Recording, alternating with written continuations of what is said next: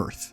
Currently, Earth is the only planet known to host life. Why is this? There are several factors that account for Earth's habitability. As a note, the process through which life actually started on Earth is contested, even in the science community. We will be discussing what allows Earth to host and sustain life. The first factor necessary for life is liquid water. Water exists in its solid, liquid, and gaseous states naturally on Earth, but liquid water is primarily critical for life. Due to water's polarity, it can carry other molecules from place to place, much like blood in the human body, which is primarily made up of water. Through this transport, cells are able to get the necessary nutrients from elsewhere. Water is also an incredible solvent and can dissolve other substances very efficiently, which aids in its transport of chemicals. Earth has an oxygen-rich atmosphere. Almost every organism on Earth requires oxygen. Oxygen allows organisms to sustain themselves, and it accounts for 21% of our atmosphere. Our atmosphere also traps heat from the sun, giving Earth a more stable climate. Other factors that affect the climate include the moon's pull on the Earth, which stabilizes it, Earth's 24-hour axial rotation period, which gives us a healthy day-night cycle, and the ozone and magnetic layers of Earth, which block enough of the sun's radiation to allow us to live. Earth's magnetic shield, also known as the magnetosphere, is what protects us from solar flares. Speaking of the sun, Earth is in what's known as the Goldilocks Zone, or the optimal distance from the sun for a temperate climate and to sustain liquid water. The sun itself is also responsible for life on Earth, as many plants and organisms utilize its light through photosynthesis. Earth is rich in organic molecules, which is necessary for organic life. It is theorized that these molecules were brought to Earth by comets billions of years ago. The first fossils found date back from 3.5 to possibly 3.7 billion years ago. Before that time, Earth was too hot to sustain any life. Now, Earth has cooled and remains the only known host of life in the universe.